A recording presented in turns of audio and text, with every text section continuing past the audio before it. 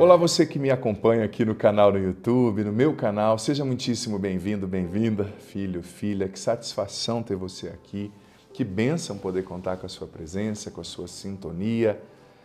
Nesse domingo, dia 9 de junho, nós estamos celebrando o 10º domingo, a 10ª semana do Tempo Comum. Estou muito feliz de ter a tua presença aqui.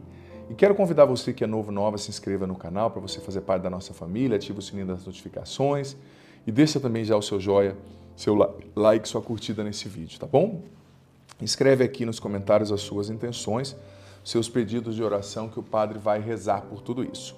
Vamos lá, hoje é domingo, primeira leitura, livro do Gênesis, capítulo 3, falando da tentação original, as consequências depois da queda original. Salmo 129, no Senhor toda a graça e redenção.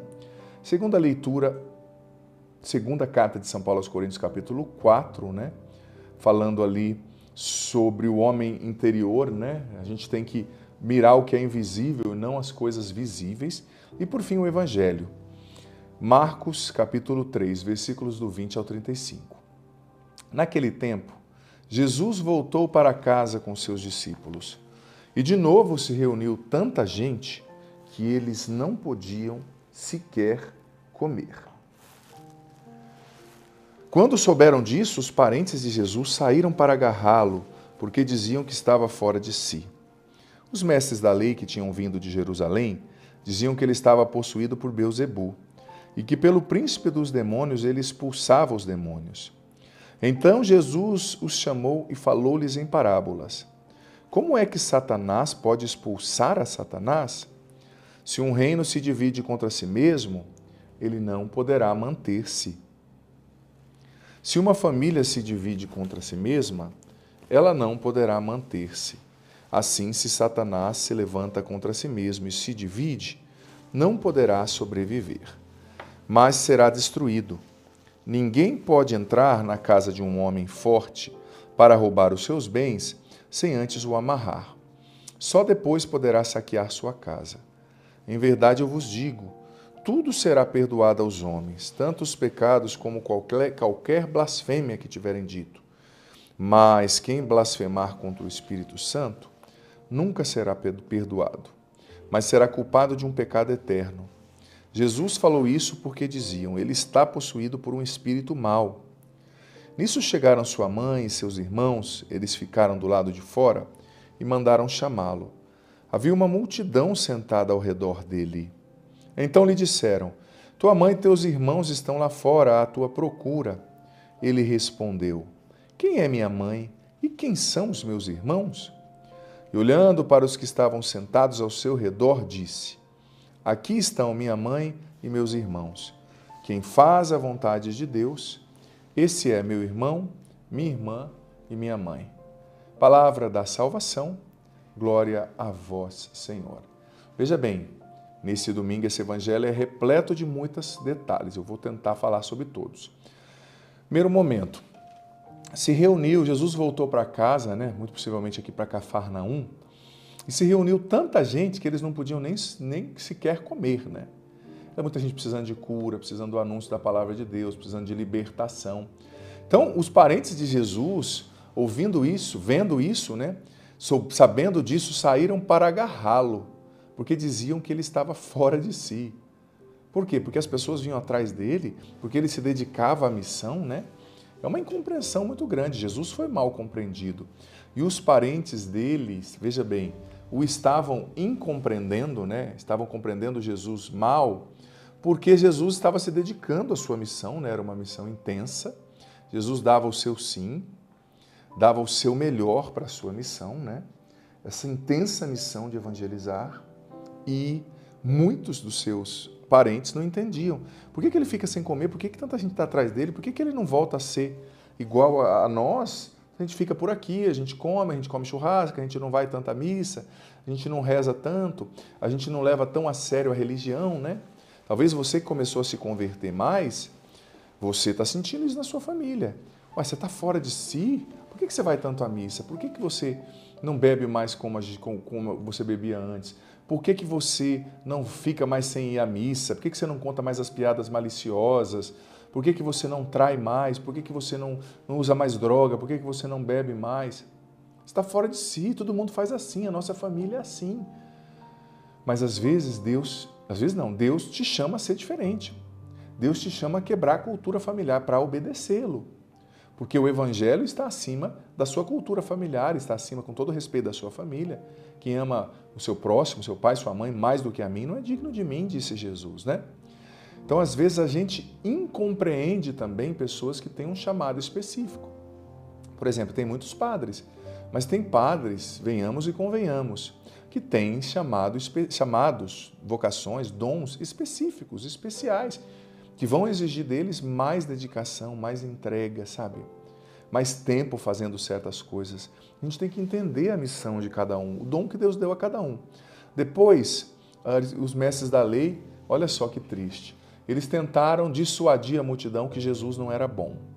Eles tentaram dizer que Jesus era mentiroso. Eles tentaram tirar as pessoas da missa, do culto de Jesus. Vou usar que analogia.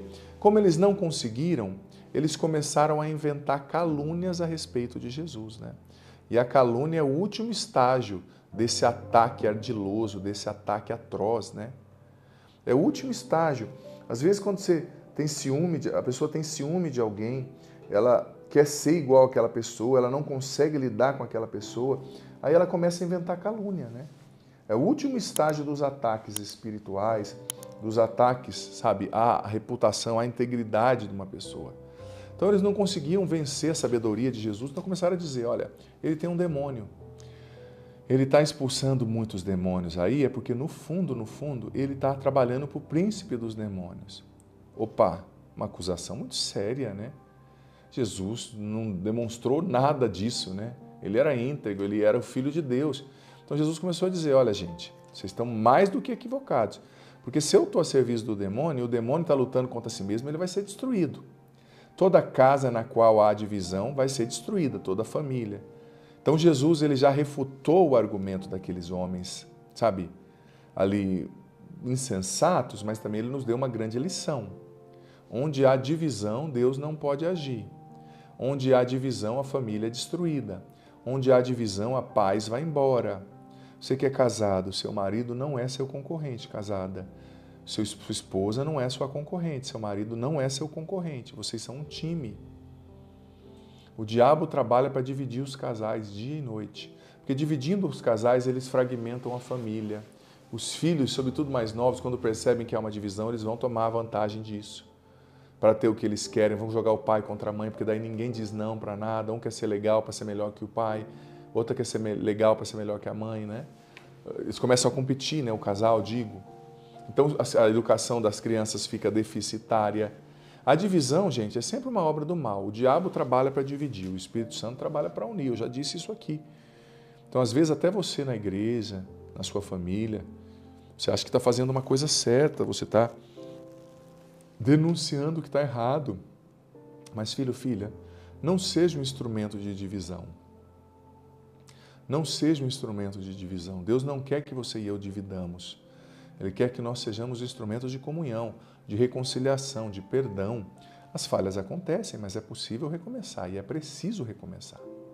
Depois o Evangelho continua, né? Ninguém pode entrar na casa de um homem forte para roubar os seus bens sem antes o amarrar. Só depois saqueará a sua casa, né? Então Jesus está dizendo, olha, se eu estou expulsando o demônio, é porque eu sou maior do que ele.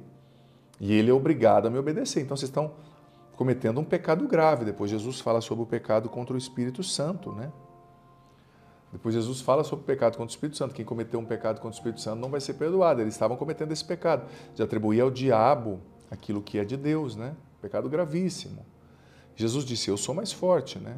Eu sou um homem forte que amarra o dono da casa e saqueia a casa. Depois, no final, disseram assim para Jesus, né? É um evangelho grande. Olha, tua mãe e teus irmãos estão aí fora.